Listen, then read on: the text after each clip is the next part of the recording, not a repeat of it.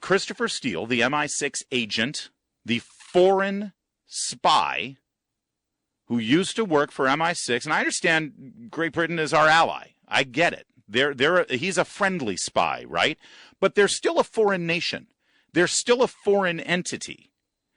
And Christopher Steele was hired by the Hillary Clinton campaign through a bunch of carve-outs to dig up dirt from Russians on then-candidate Trump. That is a presidential campaign in the United States of America paying money to a foreign agent, literally a foreign agent, to help influence their campaign. And we just now saw these emails between Christopher Steele and Bruce Orr of the Justice Department. Let's get into that part of this story now. Tom Fitton is with us from Judicial Watch. Hi, Tom. Thanks for joining us. Hey, Larry. I think I was shadow banned. Exactly. It's happening a lot. They've actually reached talk radio now. We're all in trouble. I want to get to some of the big picture stuff that you've been able to accomplish so we can sort of look at the greatness that Judicial Watch has been able to do. But let's talk specifically about the latest story in the news and these emails. It looks like Christopher Steele had a whole lot of dealings with the Justice Department, even when he was supposed to be persona non grata. Yeah, I'm wondering if he had his own office there. He was met, according to Judicial Watch documents documents we uncovered from the FBI through a lawsuit. He had at least 13 meetings with the FBI at DOJ in 2016 before November. And then subsequently, Congress is now getting documents. You can bet they know they're coming out to Judicial Watch, so they're going to give them to Congress so Congress doesn't get mad. That Orr and Steele were meeting repeatedly about really Steele's efforts to take out Donald Trump. I mean, that's what the notes indicate that Bruce Orr have made, at least with during one of the meetings. He talks about a Hail Mary leak that he orchestrated, Steele did, designed to take out Trump. And why is the Justice Department doing this? In light of the document that we uncovered showing that the FBI deemed Steele not to be a usable, confidential human source. So they continued to use him through Bruce Orr, a cutout, who was conflicted from dealing with him because of his wife's involvement with his employer, Fusion GPS, Steele's employer.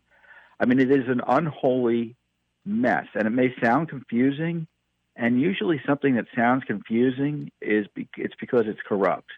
and there's a lot of corruption that was going on in the Obama Justice Department, and it continued into the Trump Justice Department. And unfortunately, the leadership at DOJ, Rosenstein and such, have been oblivious to it, have been covering it up, and they've allowed the Mueller to operate despite the very foundation of the investigation being built on sand, the sand of corruption. There are very few journalists in Washington, D.C., and a handful of talk radio hosts. I actually consider myself one of them. And only really one or two watchdogs, you're one of those watchdogs, Tom Fitton, who have really been focused on this story from the day we found out the Steele dossier existed, the week before the presidential inauguration. And we continue to uncover more and more. So what I want to do here is throw some of the challenges at you so you could sort of respond to them. When I bring this up, I hear people on the left or never Trumper types, they always say, well, listen, if it was the plan of the FBI's upper echelon to stop Donald Trump from being elected by doing this investigation, well, didn't work very well because Trump won. They didn't stop him. Is that a fair argument to make? Well, they're trying to stop him. I mean, they began this investigation with text messages from Peter Strzok saying that we want to stop him. And they were worried if he won, what was going to happen, and Strzok said they had an insurance policy. So they were spying on him and directing resources, both the FISA warrants directed at Carter Page and who knows who else, because there could be others we don't know about, and sending in spies into the campaign.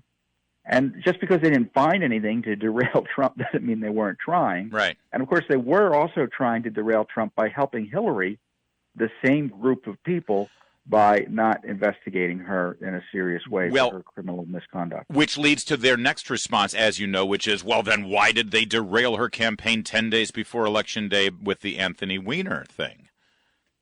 Well, the only reason they told anyone about that Anthony Weiner thing was because they were afraid someone else, someone up in New York, or within the FBI, tired of the obstruction of that information being kept from the American people, was going to leak it. Yeah. So it was something that was being squelched by Peter Strzok, according to the IG, or he suggests as much.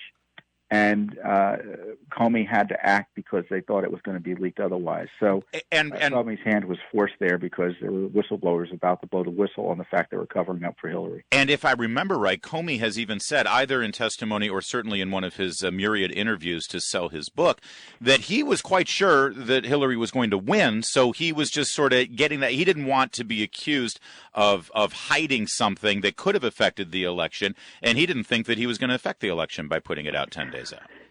You know, Comey was the most political FBI director I think ever sit in that office. What a disaster! Is James? Do you think James did the country a favor in firing him? Do you think James Comey is currently facing some serious legal problems because of his admitted leaks that he orchestrated when he was still FBI director, or right after he left the office? If we had an honestly run Justice Department and prosecutors willing to do the right thing, yes. But that's a big if. Now, that leads us to another argument I often get from liberals, journalists, never-Trumpers, or as Chris Plant would say, I repeat myself, and that is, wow, what's your big beef? Rod Rosenstein, he's a Trump guy. Jeff Sessions is a Trump guy. Trump's the president now. All these guys who were calling the shots in the Justice Department are all Trump guys. Well, the most charitable interpretation, Sessions isn't calling the shots with the Mueller investigation. So, and that's the biggest investigation I guarantee the Justice Department has ever undertaken, or at least undertaken in recent years. And Mr. Rosenstein is a DOJ guy first, in my view. And he's unwilling to control the Mueller investigation in appropriate ways. He's conflicted out of the collusion or the supposed obstruction investigation because he recommended that Comey be fired, and then he's also authorized the investigation into whether he should have been fired, whether there was obstruction. I mean, how does that work? Yeah. And plus he's signed on to these shady FISA warrants that had this infamous dossier at its center. So there are people protecting themselves by stonewalling and allowing things to go the way they're going, and they're not protecting the public interest. Our guest is Tom Fitton. The organization is Judicial Watch, and I truly believe it's the most important watchdog group we have in Washington, D.C.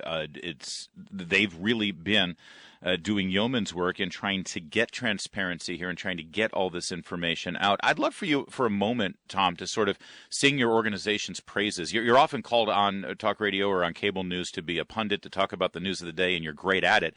But you don't get an opportunity to sort of say, this is who Judicial Watch is, this is what we've been able to accomplish. And by the way, you need to support Judicial Watch so that they can keep doing what they're doing. Tell me a little bit about how you go about doing what you do. Well, we sue the government over misconduct, and oftentimes that includes, thank you, Larry, the failure to follow the Freedom of Information Act, Open Records Law. It's the key law that allows non-congressional members to get access to what the government's up to. You know, I was just looking at the last 3 weeks. We got the FISA warrant applications. We got Peter Strzok emails showing he wanted special security clearances while working for Mueller.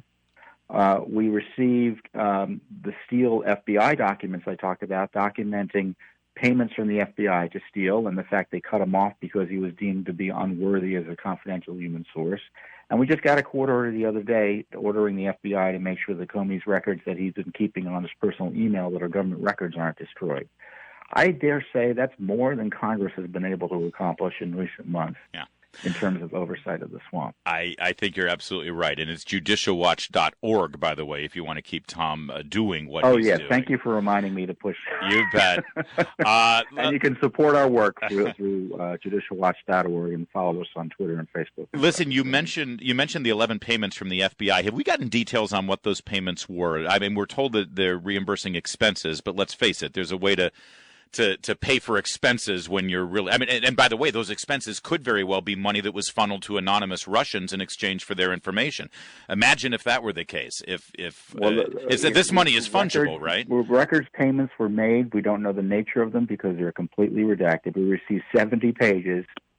2 of those pages had substantial paragraphs on them. Everything else was blacked out.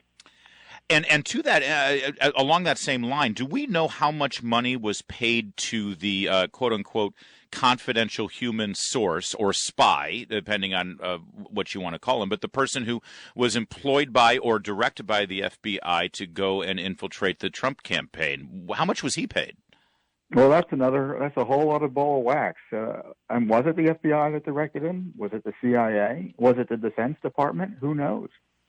That's right. You're right. We don't know who picked up the phone and said, hey, go and meet with George Papadopoulos. We just know that the FBI ended up getting information from him.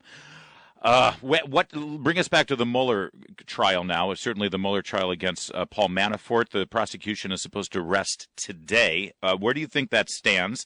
And does it have anything to do with the Trump election? Other than Manafort was campaign chairman for President Trump for a time, no. We don't need a special counsel to be doing this. I don't know if Manafort's guilty or not. Not at the trial, so I don't know if the special counsel proved his case. But I do know that Manafort probably would never have been prosecuted but for his relationship with Trump, which suggests that he needs to be pardoned. That's what I would do in the end. Really? And what about the political fallout from that? I mean, if the president crosses the street and there's political fallout. Yeah. Well, yeah, but if Maxine Waters, is heading up an impeachment outrage about everything the president does, so he should do the right thing. They'll be outraged, and they'll move on to be outraged about something else he does the next day. Yeah, but Maxine Waters and Nancy Pelosi, if they get the majority this November, and Maxine Waters is leading the ad hoc impeachment committee, they'll say that pardon is obstruction of justice and impeachable offense.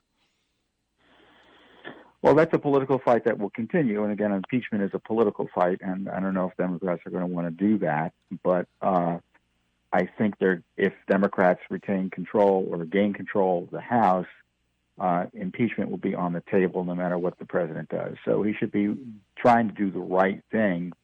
The political consequences be danged. Tom Fitton, it's always good to talk to you, and it's always great to see you on cable news fighting the good fight, and I'm glad that you are on that wall. We need you on that wall. Happy to do it.